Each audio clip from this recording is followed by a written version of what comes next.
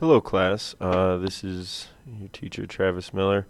Just doing you a quick tutorial on kind of what I'm looking for this Escher tessellation assignment. So for the one where you need to drag in your own image, you're going to need to find an image, right? Something you like. I am going to go ahead and choose this one. Hi.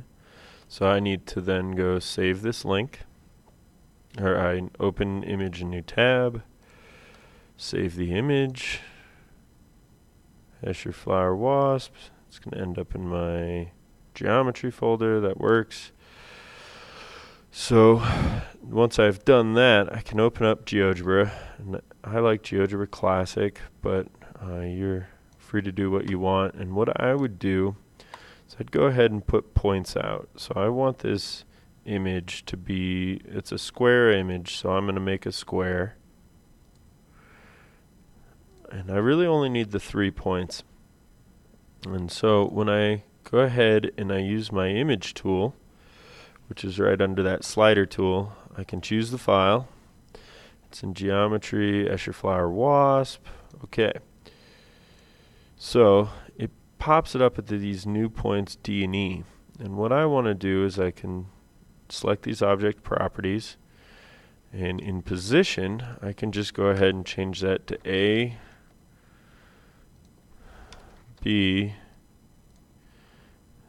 and if you look, it almost brings it to C. But what I want to do,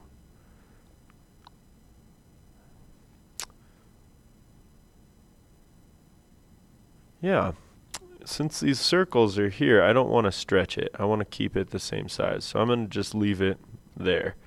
And then I want to make that the absolute position on the screen. Maybe I don't.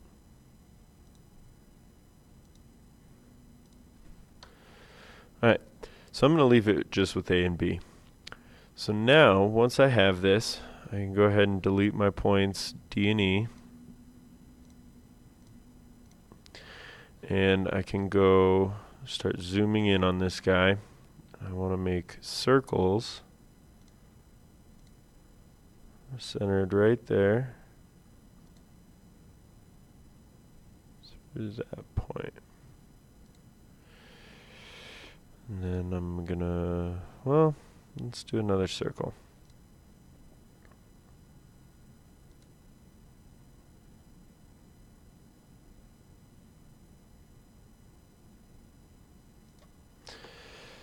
And circle. So what I can do now is I can go and I can look at these circles. So this was the first circle I made. I go change its object properties. I want to change its color or its filling. I'm going to do these all with maybe I don't like the honeycomb. Let's do hatching, cross hatching, weaving. I like weaving. Yeah, and then this is the color I want on that. I'm going to just mimic that orange color that it has. So I think that's pretty similar to this. Now if I go and I select this circle, I want the style to be that same weaving, and it's black. And you can see that the orange sits on top. So let's go in here. We can change this guy's. I need to go down to this circle, style, weaving, and this one needs to be red. So there we go.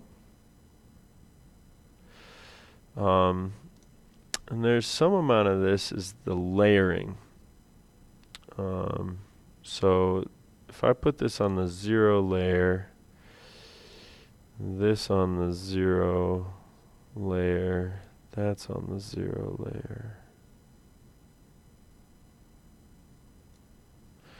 Alright, but that's a way to start this. Now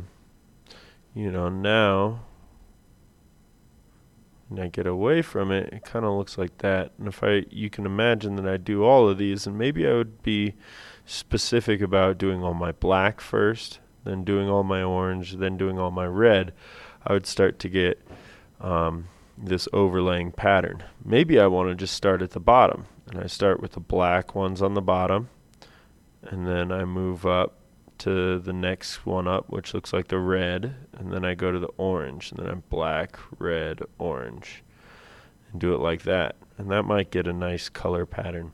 So the color pattern is really the piece that's most up to you. You're going to follow the design you pick.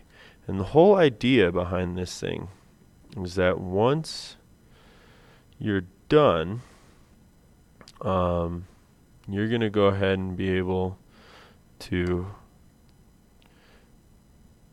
not show your image, and you should have a pretty cool pattern up. And then once again, when you show your image, so I want kind of the before and after. So that's what we're doing here for the next couple of days. You're also tasked to just do one on your own, and I've linked a couple of examples of that to you. So I hope you have fun with this assignment. Bye.